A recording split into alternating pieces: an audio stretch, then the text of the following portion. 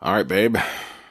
This was probably my favorite part of WonderCon. Mine too.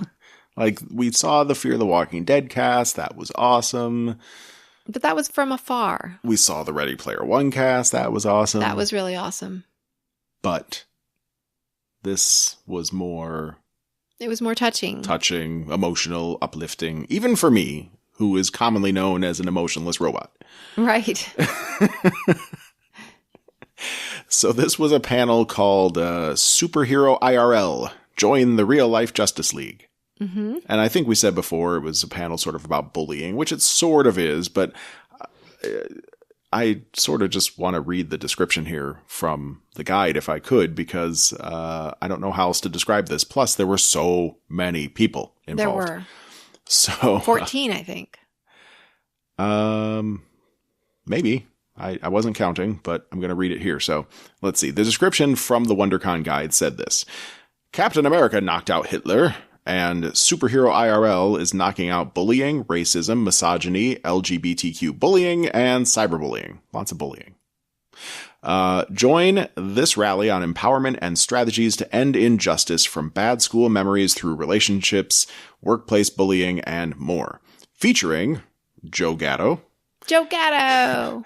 Scott Mantz, Geoff Thorne, Aliza Pearl, Mark Altman, Dr. Janina Scarlet, Dr. Janina Scarlet, Vanee Matsalia, Brandon Matsalia, Joe Garfein, Deric Hughes, Erin Maher, Reindl, and David Avalone.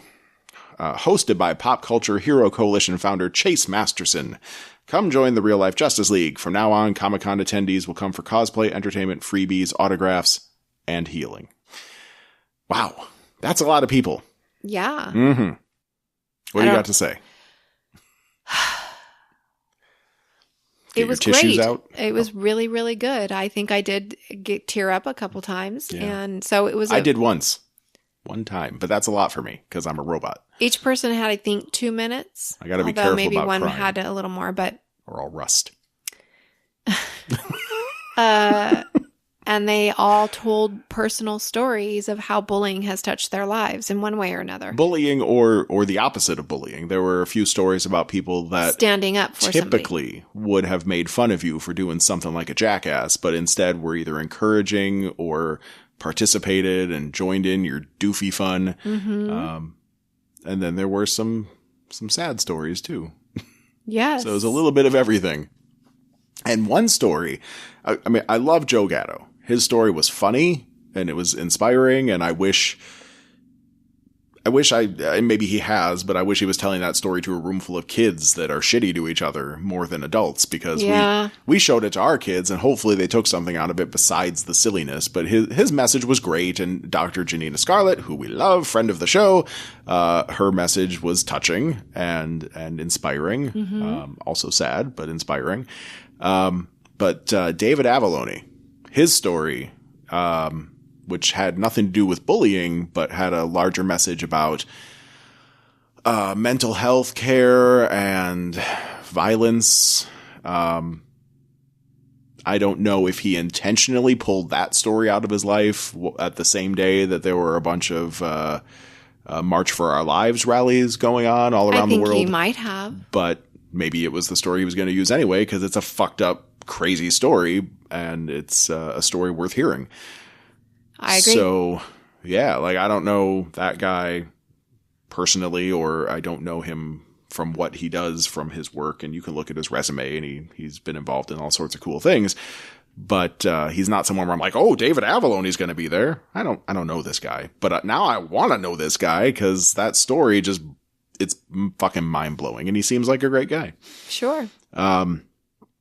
Just a lot of good messages. Really loved it. We should invite him over. Okay. Hopefully he's local. May you never know. We'll have to look him up. All right. So we should invite Joe Gatto over. Choked up now. I know. Look, if Joe Gatto's listening to this, and I should tweet about this too with pictures, but I have the original from whatever mid to late 1980s it came out, the board game for the movie Willow. Oh, Joe. It's actually not a bad game, but it's not one that many people know about. And I bet even Joe doesn't know about it. And we have all enjoyed Willow more than once. Yeah, it's a badass movie. Right. And well, I'm just saying, even the kids, they like it too. Of course. And they also like Impractical Jokers, as do we. Oh my gosh, they love them. So it's just a Joe Gatto friendly household around here. Mm-hmm. Yeah. Any other final thoughts before we let people hear the panel? No, I think it was a great. Like I said, like you said, I think that they should be telling this to kids. Or they should go to high schools. Well, I think a big part of this was some of these people are developing a curriculum that's going to be going into hopefully many schools. I don't know how many schools, but they are doing something with this creative effort. I don't know that Joe Gatto is going to be going from school to school, but some of these people were teachers and they're going to be trying to. I'll have to talk about my bullying. Maybe I can get in on that too. Yeah. Well, we know some people that are part of this, so maybe. Yeah. Dog of Thrones is snoring again. Dog of Thrones is snoring. Dog of Thrones. I don't know if you can hear it, but really does not enjoy our podcast. Oh my God, it's so loud. But I don't know if it's coming through on the mics. All right, so here we go. Here's the panels. Please enjoy. Please grab your tissues. It wasn't that sad. You're gonna need them before the end. No. Yes. All right, enjoy. My name is Chase Masterson. I'm the founder of Pop Culture Hero Coalition, the first ever organization to make a stand against bullying, racism, misogyny, LGBTQIA bullying, cyberbullying, and other forms of injustice. We are here today, some of us are here today because we've been victims of bullying. Some of us are here because we want to see an end to injustice and be a part of that. If both of those resonate with you, you are in a perfect place to make a solid difference in this world so we can make it a place where we can all live long and prosper. Lest I take sides, I will also mention that Obi-Wan said, if you strike me down, I will become more powerful than you can possibly imagine. That's what we're doing here today. That's what Stone and Douglas are doing, and that is you. So without further ado, we've got a fantastic list of speakers today, and I'm going to call up our first one. Ladies and gentlemen, fantastic host and film critic, Scott Mantz.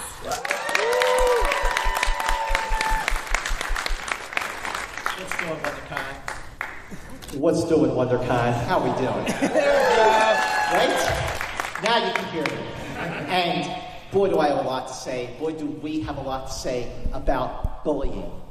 I was bullied. I will never forget the peak of the bullying came when I was in 7th grade, and I was 12 years old. Now, as you can tell by the gray hair, that was a long time ago. And when I was growing up, I was never subtle about my passions. I was never subtle about the things that I loved. And what I always loved growing up were two things specifically: Star Trek and Spider-Man. And later, the Beatles. Yes. But when you're that young and you love something like that, you get picked on. And I did get picked on. And those middle years of middle school, I grew up in Philadelphia, those were really, really tough. And I did get picked on, and it was really hard. But I feel like it did make me a stronger person and all that, and I think I came out pretty good. But that doesn't mean that bullying should be tolerated. Bullying, to put it bluntly, is bad. It affects people. It leaves scars.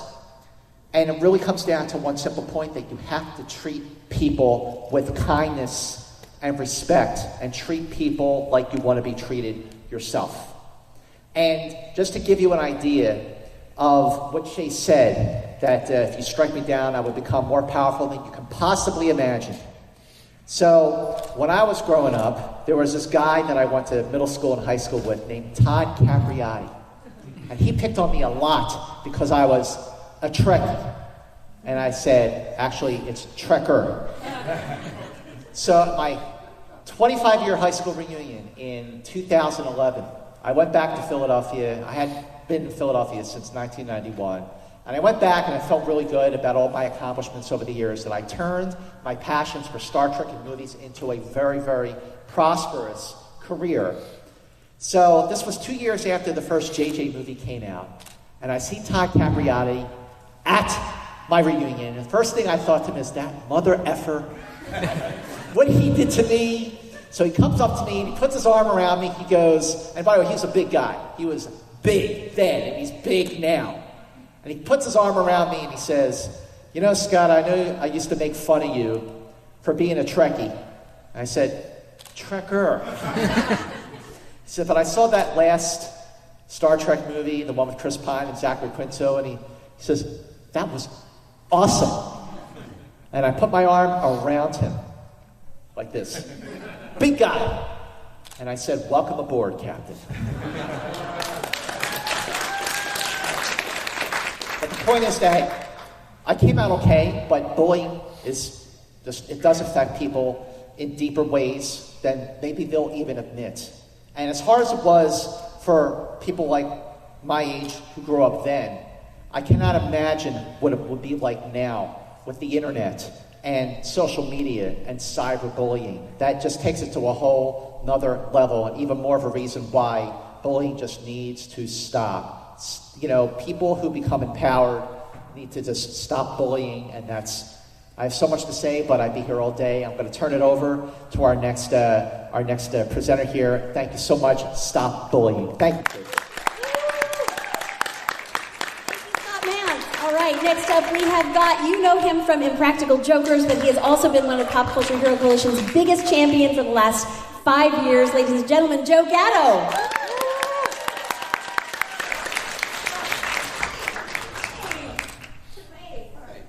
Hey everybody, how we doing? Yeah. Oh, better than that, I hope. How we doing? Yeah, there you go. First of all, I want to thank you. I want to thank everybody for taking their time to come here today. This is a big, important thing that you're spending with all the buzz that's around you. You've taken time from your day to come sit here, meet people, and talk. So this is for you. Thank you so much for coming down. I am Joe Gatto from a TV show called Impractical Jokers. If you don't know me, thank you. I'm 3 fans. Thanks, guys.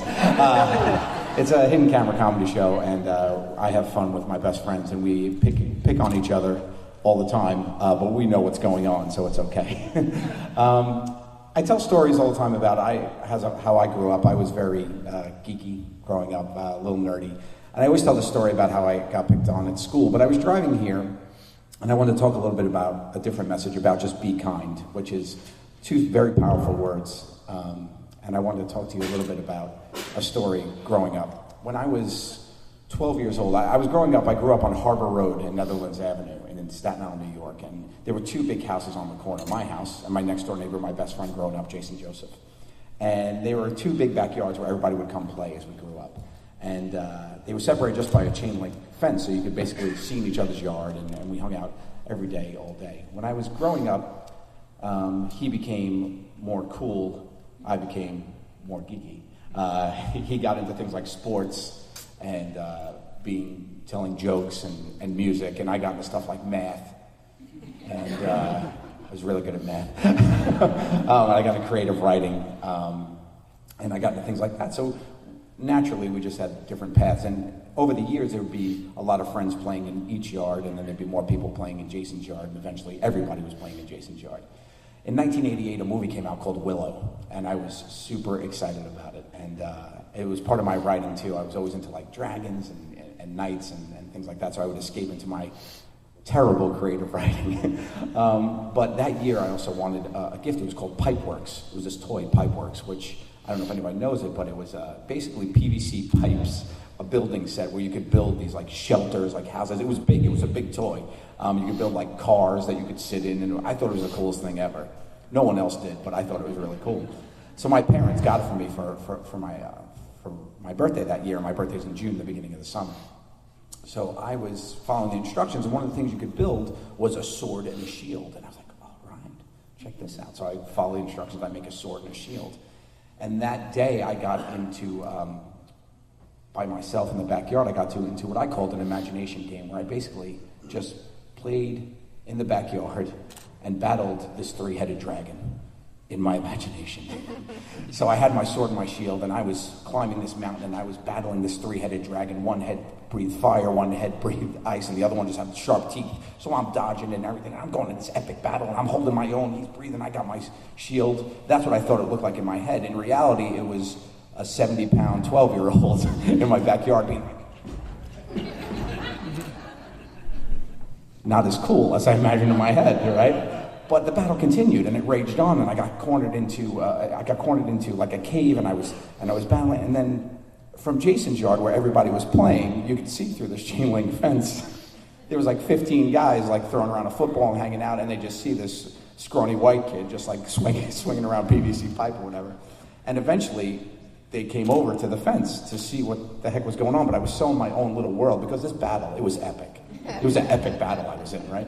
And eventually, they came over to the fence, and they were just leaned on the fence, and they're like looking and laughing because it's funny to see what I was doing, but I was so absorbed in it. And I turn around, and I catch that they're all just leaning on the fence, and Jason's leaning on the fence with about 10 guys behind him. And he goes, "What are you doing?"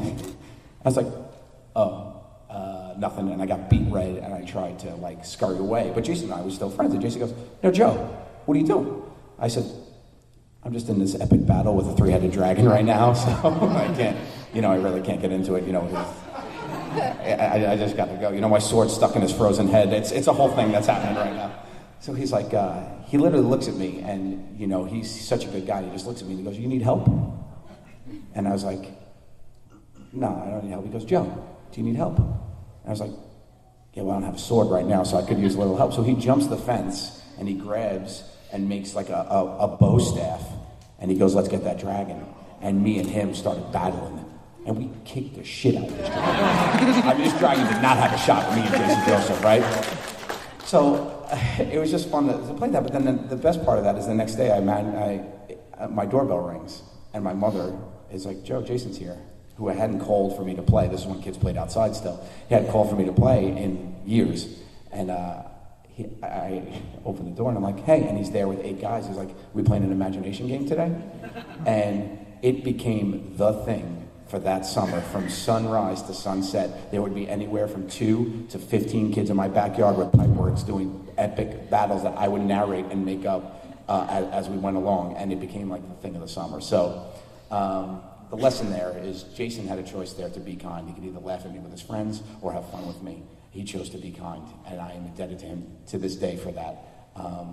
And the takeaway is, people do need help. Ask them if they need help. If they say no and you think they're lying, ask them again. Just get out there and be kind, and that's my story. Thanks, guys.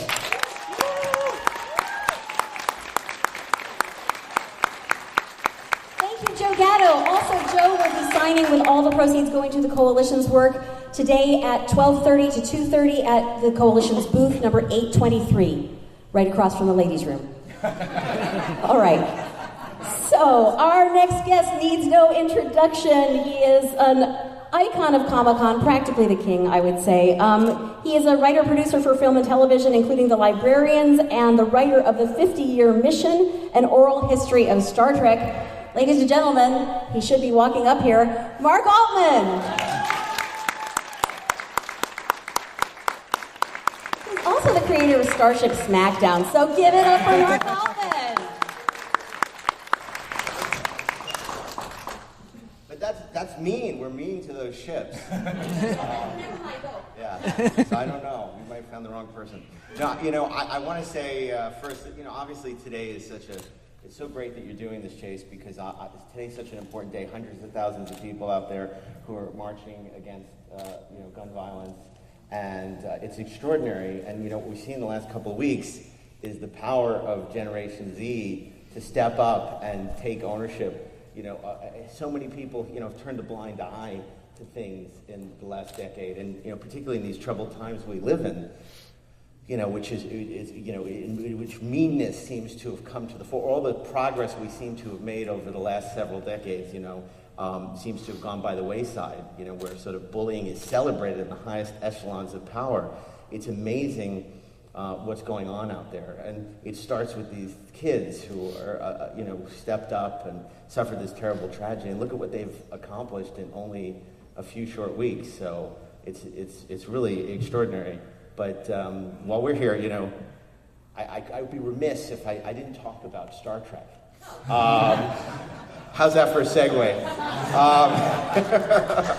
Look, the thing that I always say about Star Trek is it's not about the future, it's not about all these things. The reason that we love Star Trek is because it's about a family, and about, more importantly, it's a family of people who aren't bonded by blood, they're bonded by friendship, and it's a celebration of science and technology and diversity.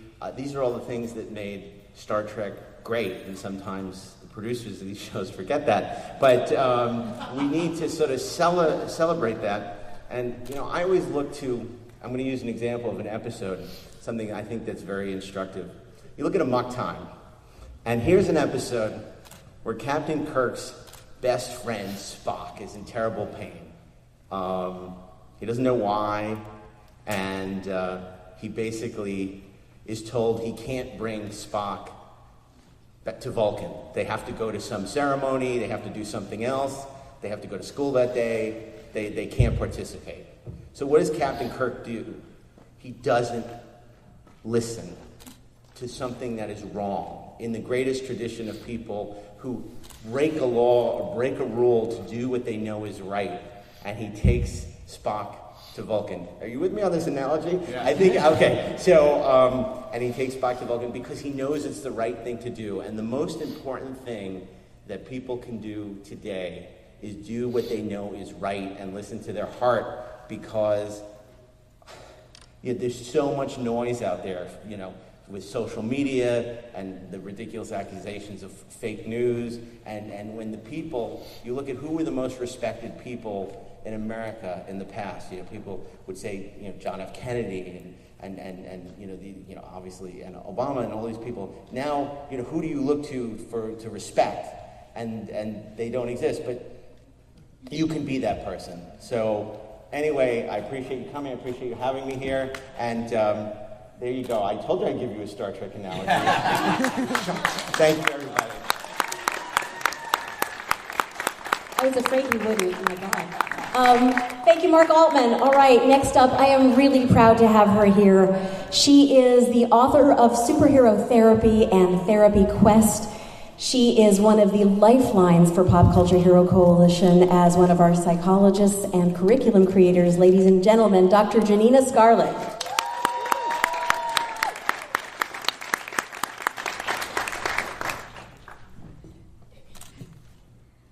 So, I am a clinical psychologist.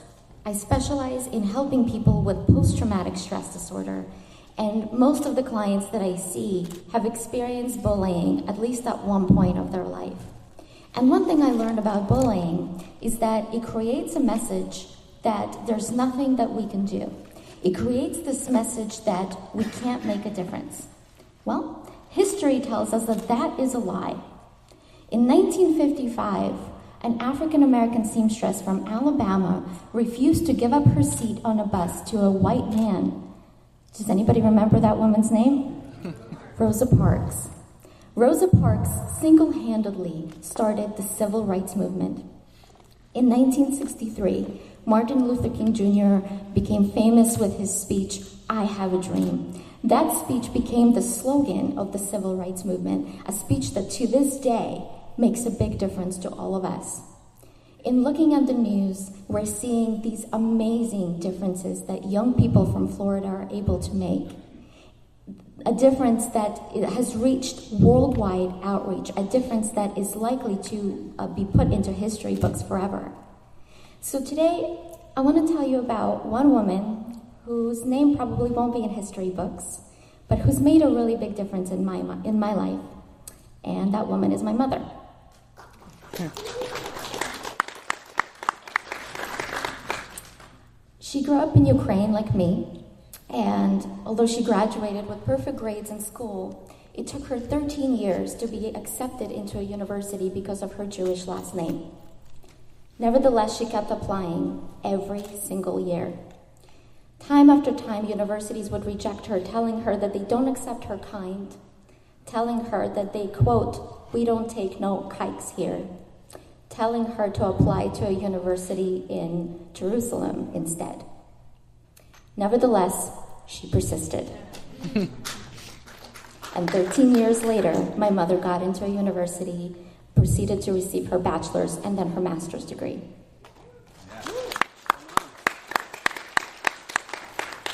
My mother single-handedly got us ready to move out of Ukraine when things became extremely violent for me and my family.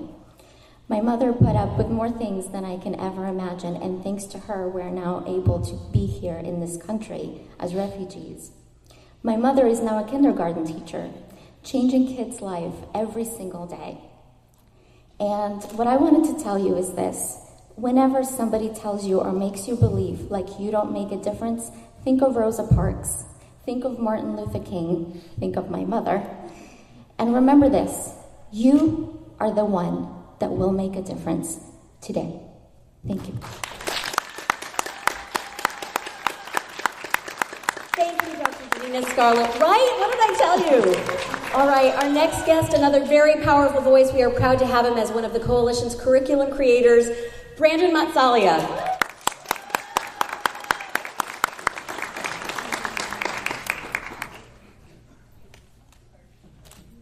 Howdy, everyone. I hope you're excited to be here, as excited as I am to be here. So my name is Brandon Matsalia. I'm a teacher in San Bernardino City Unified School District. Oh. The only time I've gotten applause for that. So we're here talking about bullying, and that's something that I'm very familiar with. Obviously, right, I'm a grown man wearing the Star Wars costume of Yoda strapped to my back. So bullying, right, treating people differently because they're not like us is something that I experienced a great deal growing up. I am the typical nerd, right, Dungeons and Dragons, Magic the Gathering. I was skinny, I have asthma, right, pimples all over the place. And so I was very much a target for those kinds of things. But something that we need to discuss is what it is that people can do when they see bullying happening, how you can contribute to resiliency. And so when I was growing up, I was an unapologetic nerd. I used to carry things with me, comic books, action figures to school, and all the such. Very unathletic. And I was made fun of it all the time, beat up all the time, but I kept being myself. And there were times where I didn't like being who I was because everybody was telling me that who I was not good enough. And so one day, I'm in high school, still haven't given up on the nerd thing, but I was close to it. And we were playing baseball during PE. And I hate sports because I suck at them, right? And so we hate the things that we don't like. And it was my turn up to bat, and I was striking out the whole game. And this one kid named Mark, still friends with this guy, taller than I am, he used to rap, he was like the epitome of the cool kid. He knew that I played video games, and so I was up at bat, and it was my final swing, and he said, "Jax, you can do it." And I was like, "Bro, my name's Brandon, what do you mean Jax?" And he said, "You like video games, right?" And I said, "Yeah." He's like, "So you like Mortal Kombat, right?"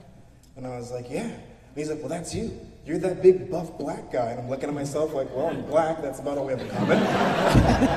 And he said, "Imagine you're him and just swing away."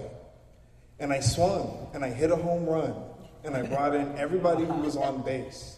And that stuck with me, because he decided not to treat me like I was something else. He decided to acknowledge who I was and empower me for being who I am. And so we all need to do that, to allow people to be who they are, encourage them to be who they are, and then appreciate being who we are ourselves. So don't give up on who and what you are, whether that's a nerd, LGBTQ, whether you're a cis or not. Be who you are, embrace that. Thank you so much, Brandon Matsalia. Ladies and gentlemen, this next guest is repeat with us. We love having her aboard. She is the founder of Cancer Gets Lost, Jo Garfein. I took notes on my phone because I talk really fast and it slows me down. So, Cancer Gets Lost, this is something I do in my spare time. It is a nonprofit that collects entertainment memorabilia, get it signed, and I auction it off and donate all the proceeds to various cancer charities. So I will tell you this, I was never bullied as a kid or as an adult until I went on the internet and started a charity. Cancer survivors. So I will say that there was a visceral shift post-election, which is a surprise to nobody, in online behavior. And I thrive on pointing out the positivity. The tagline for Cancer Gets Lost is channeling fandoms toward the greater good, because I got started in the Lost fandom, and the meanest thing anyone ever said was, I strongly disagree with your theory. And now, as you know, there's a little more passionate discussion online, but there are amazing human beings out there that spend thousands and thousands of dollars in these auctions to support cancer charities, because cancer touches everybody. So what I do is I tell them, please pause for perspective. You have no idea what's going on the other side of that tweet. The human being behind the screen, something's going on with them. They are taking it out on you, so let's shift the conversation. You and I share a passion for, let's say, Vampire Diaries, and Ian Somerhalder has this charity for animals. We share this common bond for our love of horses, for Vampire Diaries. Your aunt is going through chemotherapy. I lost my sister to cancer. I think that we should come together and support this charity because our favorite actor does. And then the conversation shifts into something more positive.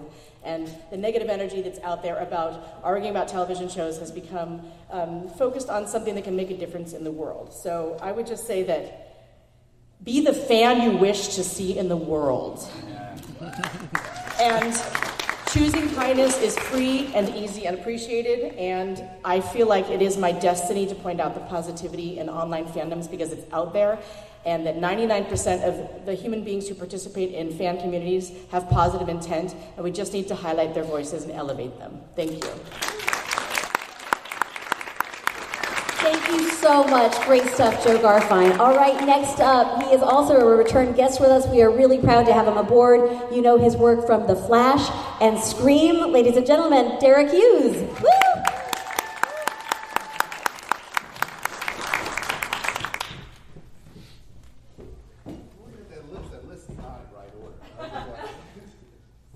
Good morning, everyone. Thanks so much, Chase. This is wonderful. Everybody that has been up here has been amazing, I have to say. It's like, how am I supposed to follow that? I mean, it's some really good stories to share. Yes, I am also a victim of bullying when I was a kid. But I'm a bit of a hybrid. It's like, I'm half black, half Japanese. So I grew up loving comic books, American comic books, Japanese anime. And then I was a bully at one point, and then I became bullied, which was interesting, because I didn't like being a bully, and it was more, I guess there's levels to it, right? Because it was like friends goaded me on to fight this kid that I really didn't want to fight, but because it's like you're in that pack mentality of like, hey, you should punch him. I'm like, I don't want to punch him. It's like, then they take you out during recess in the yard, and everybody crowds around and goading you on, and then somebody does the old, hey, I'm gonna stand behind him and I'm gonna kneel down. You push him over my back, that sort of thing. I'm like, I'm not gonna do that. And then finally, I just drag it out long enough so that recess ends, and so I don't have to fight him. But I felt really bad about it. And then a couple years later, then I became a victim of bullying. And when I was in the 7th grade, and I didn't like that either. But there was one thing that I know that Brandon had mentioned, which was resilience, and I wouldn't be the person that I am if I didn't keep that in mind, that it was like, no matter how many times I fell down, I got back up. And, it was just because I knew being on one side of trying to, be a bully, and I didn't like that feeling. And then when I was being bullied, I didn't like that feeling. And so the only thing that I could take into consideration is like, fine, I will just kill him with kindness and wear him down with kindness. So every time that someone pushed me down and pushed me around, I would get back up, and I would not fight back, but I wouldn't necessarily say that I would take it, but they would see it in my eyes that they knew that that wasn't going to work. It was just, I wear them down with exhaustion. And there's something interesting where it was like I was, loved comic books, video games, nerd, but then I also discovered that I was really good at athletics, and so I became a hybrid there where I was good at sports and And so it was this hybrid nerd athlete. And whenever I saw someone else being a victim of bullying, I would step in because now I had the strength to basically stop that from happening. But I think that's just part of who I am. It's just I continue to kill people with my kindness. And if I do see an injustice, I want to step in and say, to paraphrase Serial Pharrell, and it says, what does the God of bullying say? And what do you say to the God of bullying? You say, not today.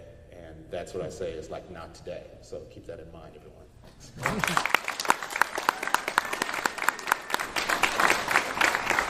Thank you so much, Deric. Not today. All right, ladies and gentlemen, you know her work from Freakish, Twisted, End of Summer, Twilight Zone, and as far back as Millennium. Ladies and gentlemen, Reindl.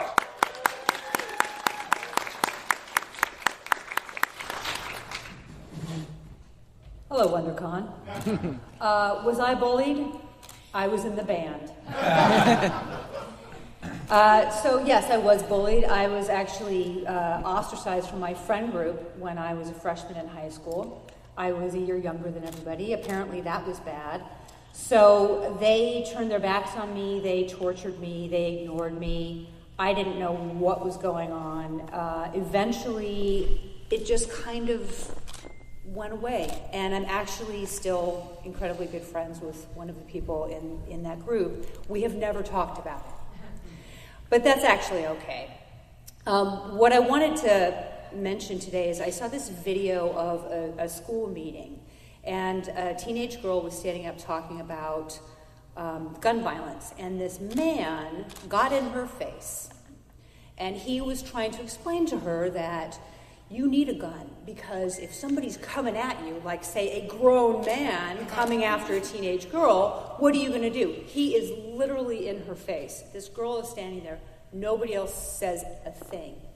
And then all of a sudden, one person says, no!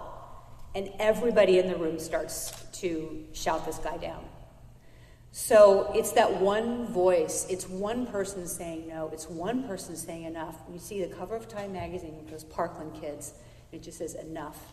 And the looks on their faces, it is enough. And I think that one of the things that is going to help save us, just with regards to entertainment, is I don't like the word diversity, I prefer inclusion, because diversity indicates, all right, diversity indicates that you're taking something away from the, let's just say it, white guys, but inclusion means that you are including other points of view. And seeing movies like Black Panther, which has made more money than any movie practically in the history of movies, and it's such a great film, everybody's going to see that movie, and everybody is seeing this majority, massive majority black cast and loving it. And it doesn't matter to them, it doesn't matter to the white kids that they're seeing black people as heroes. It matters to the black people that they're seeing black people as heroes.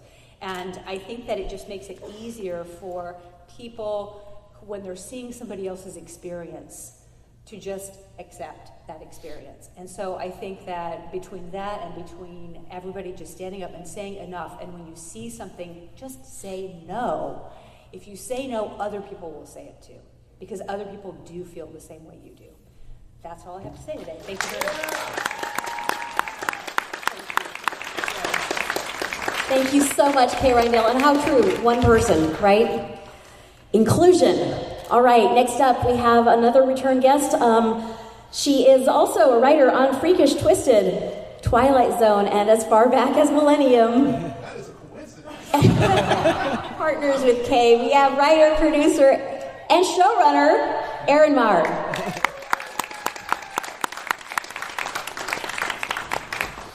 Something I was thinking about today, actually, is that we're living in a really angry period of history. People are very on edge. People are angry about a lot of things.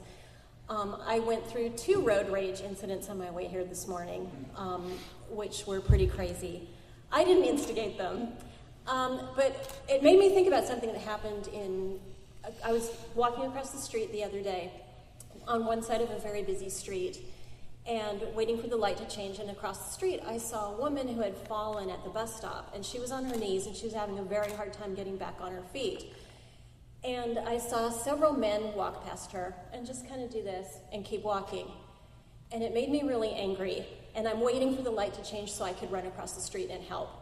And then I saw several women rush to her, and it was hard. You know, there were these tiny women, but they managed to get her back on her feet and help her as all these other people continued to walk by and just sort of glance at her like, not my problem. And my first instinct was to get really angry at the people who didn't help. And then I thought, but what about all these women and these, you know, the people that rushed over and did help and go out of their way and rush across the street and get her back on her feet and make sure she was okay and stay with her until she was fine and the bus came. So it's so easy to go to that place of being angry. It's really easy for me to go there. And it's a choice, I think, that we can all start making is, are we going to carry that anger with us all day? Am I going to stay angry at those people that didn't help? Or am I going to say, wow, those women that stepped forward and helped were amazing. Let me carry that through my day, that there are those people that will step forward and help. And I think it's just a way of making our minds work differently, making our minds go to a place of people are willing to help, people are basically good. I think most people are basically decent people. And not carrying anger throughout the day, that helps us to be more helpful too, and not instantly go to a place of anger. So that's just a different way of thinking about it, and that's something I was really thinking about today as people were very angry on the road trying to get to WonderCon this morning. Thank you. Thank you, Erin. That was perfect. All right, our next speaker is a filmmaker, a comics writer, including Love is Love and Betty Page. He is an activist with a very powerful story. Ladies and gentlemen, David Avalone.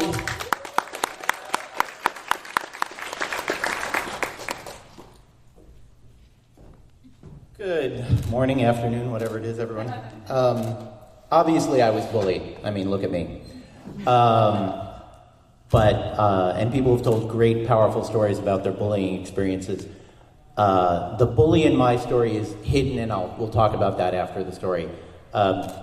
Chase very nicely asked me to read this essay I wrote a couple of years ago called A Simple Story About Attempted Murder. I was stabbed once. Well, I was stabbed twice, but it was the same incident of stabbing. I was not stabbed on two separate occasions. It hurt, but I lived with no permanent damage to myself. I have some scars on my back that itch sometimes. A neighbor had a psychotic break, and she put a kitchen carving knife in my back. A few hours after the attack, I was sitting in the hospital emergency room, and a couple of cops came by. And they said to me, oh, you know, we saw your assailant last night, and we took a gun from her, a .357 Magnum. They took the gun from her because it was unregistered. It was registered to her brother. And the next day, she happened to have her psychotic break, and I happened to be in the room with her. She got me with the knife a couple of times before I could disarm her and call 911.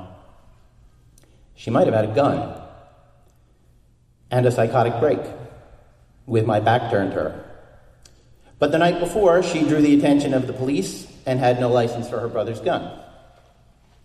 Happenstance. Without gun control, I would very likely be dead, headless, around 6 p.m. the next day, or my chest blown out by an unconfiscated gun. The damage you can do to someone with a .357 Magnum from 2 feet away is pretty fatal. Gun control saves lives. We have laws. They are spotty and they are full of loopholes. We need to close those loopholes and make better laws and make gun ownership at least as much of a pain in the ass as car ownership. People say, thank you. People say criminals will still get guns. Sure, some will. But criminals have a tendency to be lazy and to use what is at hand and act out of impulse. Like that big carving knife from the kitchen when your gun's been taken away from you. Which is why I still have a head and some scars on my back that itch sometimes. But I'm alive. So that's the story. The bully in that story is the National Rifle Association. I'm not here to talk about personal bullies today. I'm here to talk about societal bullies. The NRA, like all bullies, is a tiny minority. It's just one guy with a loud voice who scares people with money that it can pour into local races. Politicians are afraid. The NRA says they have 5 million members. They're probably lying about that. This is a country with 320 million people in it. Our gun laws are dictated by way less than 5 million people. And they tell a lot of lies. One of the lies they tell, which is related to something I talked about in the story, the laws don't work. Criminals will get whatever. People have seen too many movies. I challenge any one of those NRA people. I'll give you $500 in 3 days. Find the guy with the suitcase full of guns from Taxi Driver and buy an illegal gun from him. Go ahead, try it. They don't know that guy. Nobody knows that guy. Martin Scorsese casts that guy. He doesn't really... None of you people know who to call to get an illegal gun, do you? I don't. And I know some sketchy characters. We outlawed machine guns, fully automatic machine guns. Anyone want to know how long ago? 1934. Valentine's Day is the anniversary of Parkland. What else is it the anniversary of? The St. Valentine's Day Massacre, where a bunch of people with soon-to-be illegal submachine guns killed a bunch of other people. It was a problem. We made a law. It's not a problem anymore. So I'm here to say it can change. People used to think the tobacco industry was unstoppable, used to think cigarettes would be everywhere forever. When was the last time you had a cigarette in a restaurant? Or on an airplane? Or now in any public space, including some outdoor public spaces. So that's it. That's what I'm here to say. It can change. Thank you. Wow. Thank you so much, David. Wow. All right. Our next guest, she is a powerful journalist and speaker. She is also one of Pop Culture Hero Coalition's curriculum creators. Ladies and gentlemen, Vanee Matsalia.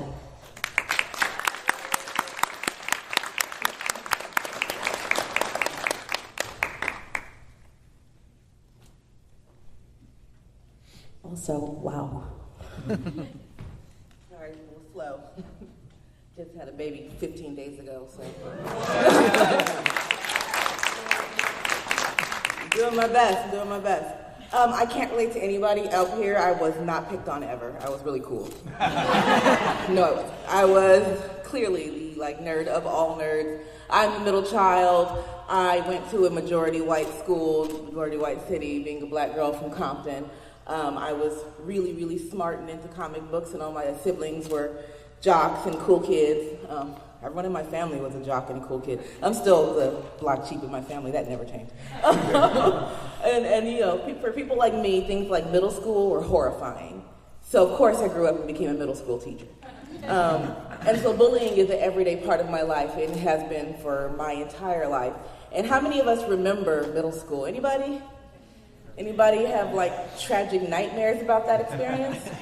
I do that every single day. Bullying is something that like I said, I can relate to personally, but as an adult, I'm in a different perspective and I get to watch it in the classroom.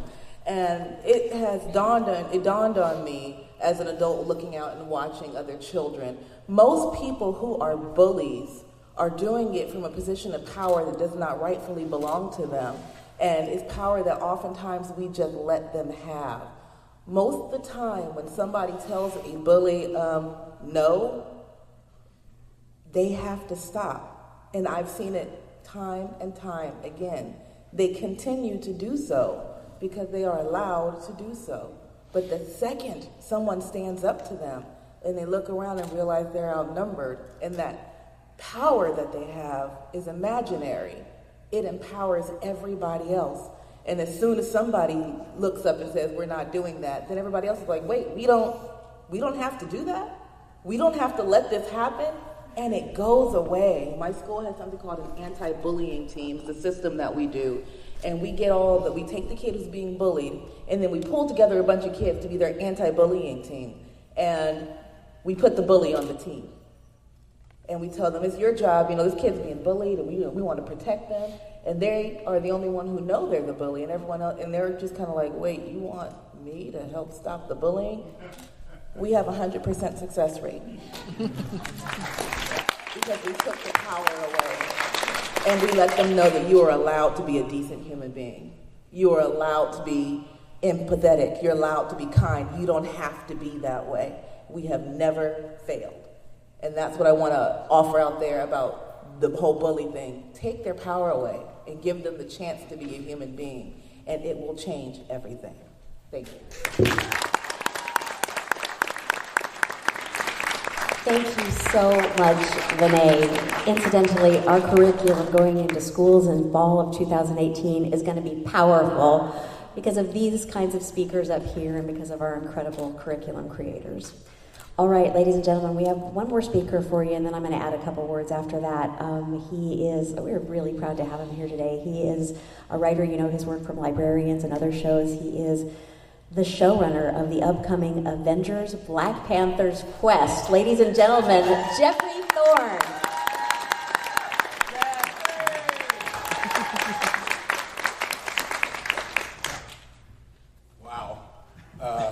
Chase is awesome. Like, holy crap. It's Chase Masterson. I was not bullied. I'm a scrappy sort of person. I don't give a shit what you think of me. Never have since I was about 8. Got me into trouble sometimes. My brother, on the other hand, is not like that. Smarter than me, less scrappy.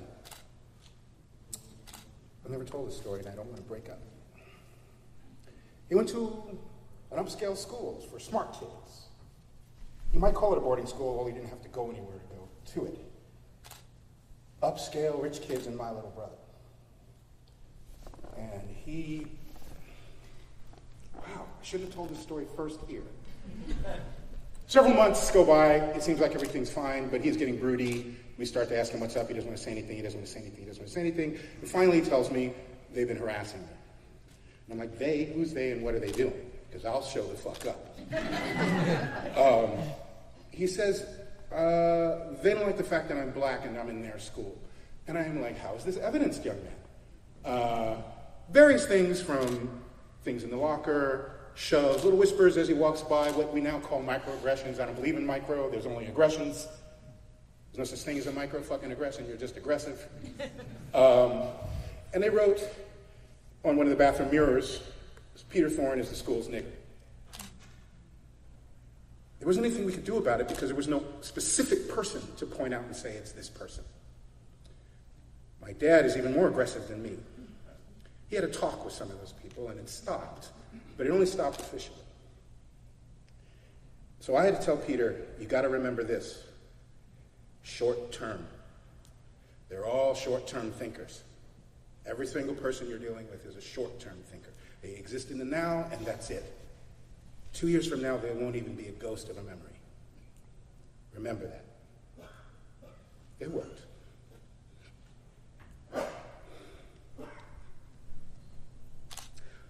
Star Trek. We don't like the word diversity right now because it is in fact divisive in our common parlance, but when I found Star Trek, the original series, there was a concept called IDIC. I-D-I-C. Infinite diversity, infinite combination. It was expressed by the Vulcans, the most reasonable people you'll ever meet. I was fascinated by this concept as a child. I saw this in reruns. I'm not quite that old. So what does that possibly mean? It meant the concept of we includes everyone. We'll start with a Star Trek quote. Every bully is a liar.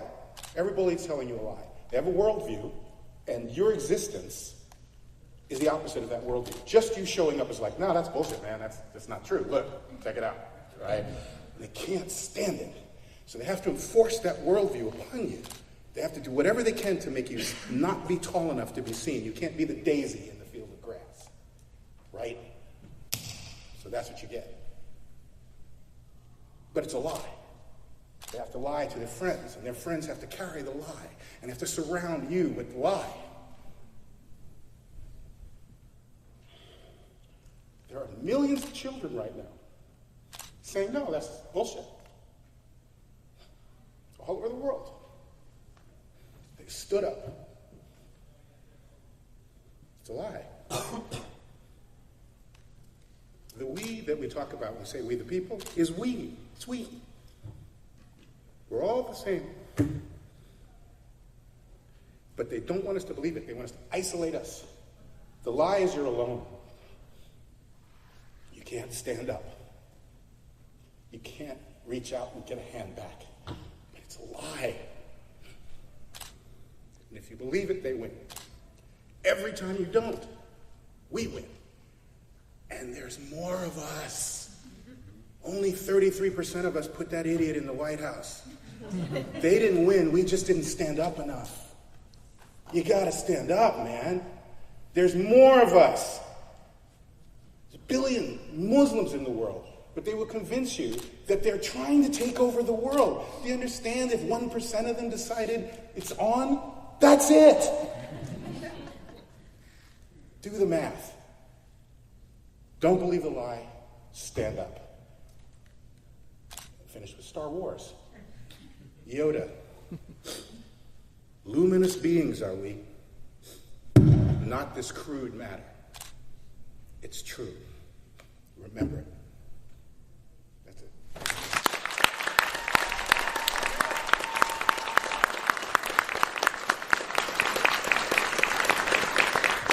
Thank you so much, Geoff and Thorne. I want to say thank you so much to all of our incredible speakers here today. We don't have time to list them all, but we'll be out in the hallway. Follow them online. Your voices today have made this one of the most powerful events that Comic-Con or WonderCon has ever seen. Am I right? Yes. I just want to say one more thing back to you guys. It's you that have been here in support of us, and we want to be here in support of you too. If you were bullied, I want you to know in your heart, it was never about you. Bullying is always about the bully. I don't care if you weigh 800 pounds. If someone calls you fat, it's because they're an asshole. So remember that. Take that back to your middle school self or your grade school self or the self that gets bullied online next time, whatever it is. It is never about you. Stand strong and be proud of who you are. Thank you so much for being here with us today. We love you.